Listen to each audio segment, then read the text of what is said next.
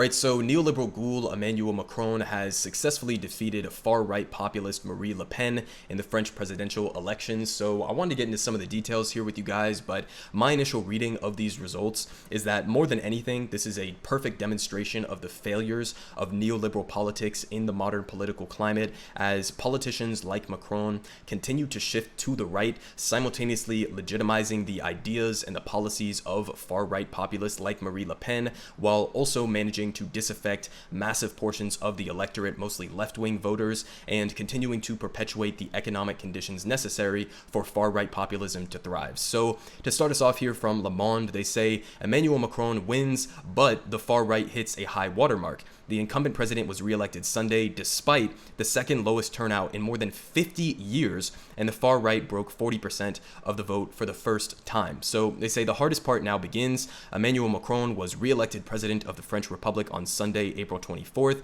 with 58.5% of the vote, yet it's hard to be triumphant in the face of a tepid victory after a lackluster campaign. So the reason why they call it a tepid victory, even if you look at the final results here and you see a pretty wide margin, right? He won by like 17% of the vote. He had 58.54%. Marine Le Pen ended up with 41.46%. So you might look at that and say, how is that a tepid victory? That's a pretty large margin, especially when compared to like US presidential elections that are typically within the range of like 8 to even like 2 or 3 percentage points. So the reason why they call it a tepid victory is because this is basically the best that the far right has done in these elections, specifically even related to Marine Le Pen herself. And also we saw record levels of people who basically stayed home and decided not to vote at all. So the point of looking at this and seeing this as a failure of neoliberal politics is to say this is not sustainable, right? If you consider Marine Le Pen, as I do, to be a fascist, then this type of democracy where you are essentially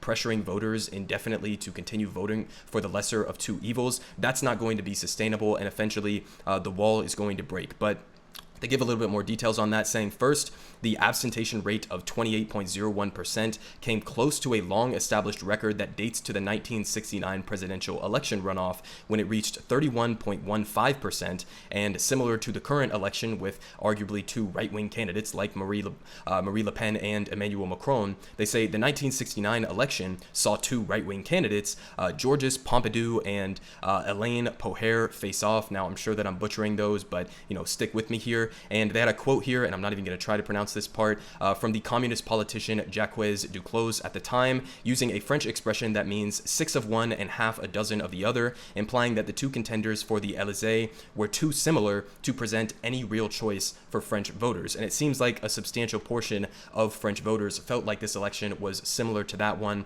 and that the margins of differences, especially on economic issues, between Macron and Le Pen were, almost non-existent. So they continue here with more details, saying Mr. Macron's plan was thwarted by various crises, in particular the COVID-19 pandemic, coupled with the steady rise of the far right over the past 20 years in France and abroad. And his opponents on the right and left have even accused him throughout his 5-year term of cynically seeking to strengthen Mrs. Le Pen's position in the polls in order to facilitate his re-election. And they say, what happens now? During his campaign, Mr. Macron said he did not believe in the theory of the 100 days, a political idea similar to here in the United States, but also in France, where newly elected presidents enjoy a sort of state of grace for the first few months after their election without encountering much opposition.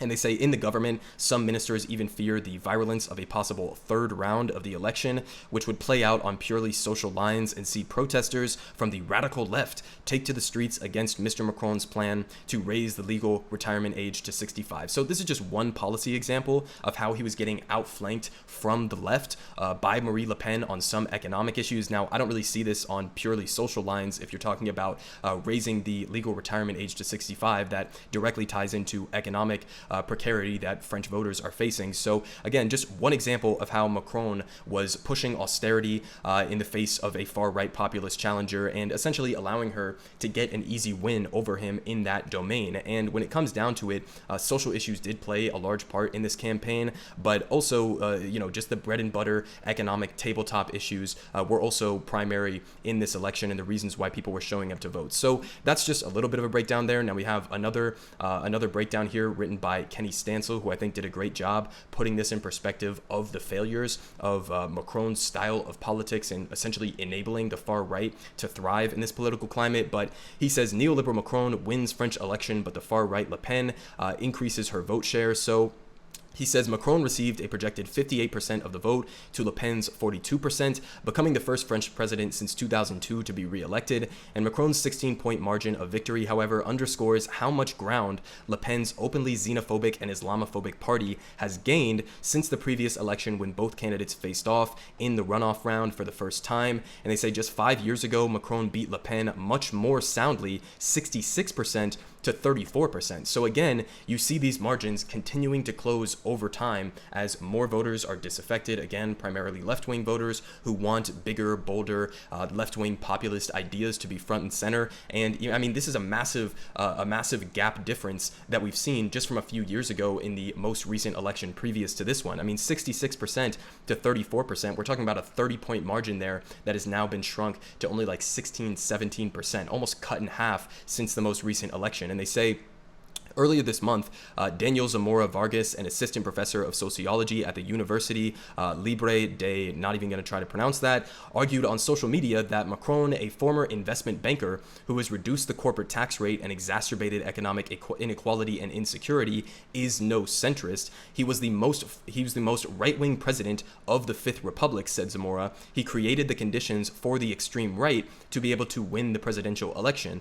And he continues saying Macron, who has pursued anti-immigrant and anti-Muslim policies on his own, legitimized all the topics of the extreme right, and totally normalized Le Pen, Zamora wrote, as the first round votes were counted on April 10th. And they say French people were forced to vote for Le Pen or vote for what created a favorable environment for Le Pen's ideas. Zamora said last week, it's a choice between an evil and the cause of that evil. And on Sunday, British Labour parliamentarian Zara Zoltana made a similar point, saying by trying to outdo the far right, moderates legitimize and mainstream them. That's the context for Le Pen gaining 8% from 2017. We need progressive anti-systemic alternatives, she added. So I think that this is the correct breakdown here because, and you know, it's never a good idea necessarily to make cross comparisons between countries, but this is pretty much exactly what we saw play out with Hillary Clinton and Donald Trump in 2016. This is the reason why a candidate who is deranged and one of the most obvious con men of all time, like Donald Trump, a fake right-wing populist, this is how he is able to win a presidential election in a country like the United States, is because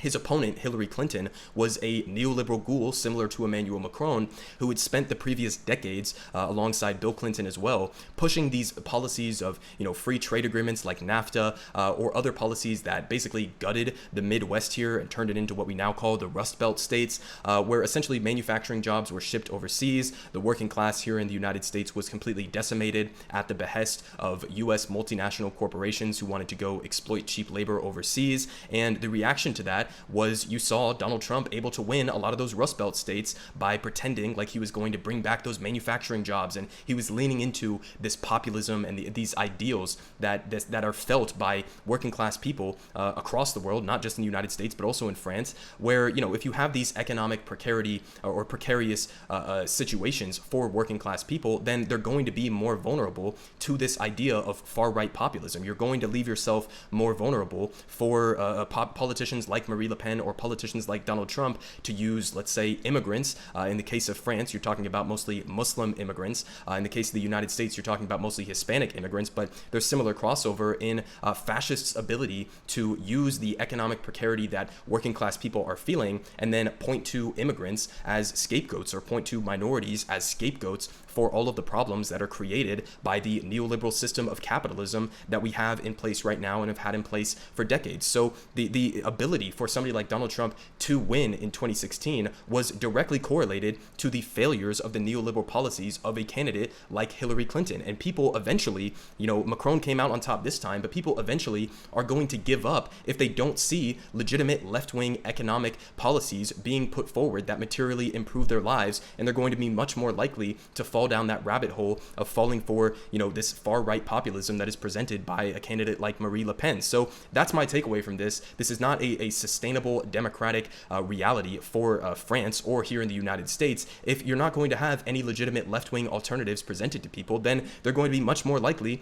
to fall for the populism of the right. But just a little bit more details on what is to come in the immediate future here. So there are going to be more elections that are coming up, I think in early June, that are going to be the parliamentary elections that will basically determine how Emmanuel Macron is going to be able to govern. Is he going to be, facing a significant left-wing opposition from Mélenchon voters, for example, or is he going to be facing a, substantial right-wing opposition from Marie Le Pen voters in the parliamentary elections? So they say here from Reuters, no respite for re-elected Macron as parliamentary elections loom. And they say French President Emmanuel Macron enjoyed no respite on Monday as hours after he won re-election by defeating the far-right's Marie Le Pen, political opponents called on voters to deny him a parliamentary majority if he fails to score another victory in the June 12th and 19th parliamentary elections. That the pro-European centrist president will struggle to advance with his pro-business agenda, including unpopular plans to push back the retirement age. So again, hopefully the left wing succeeds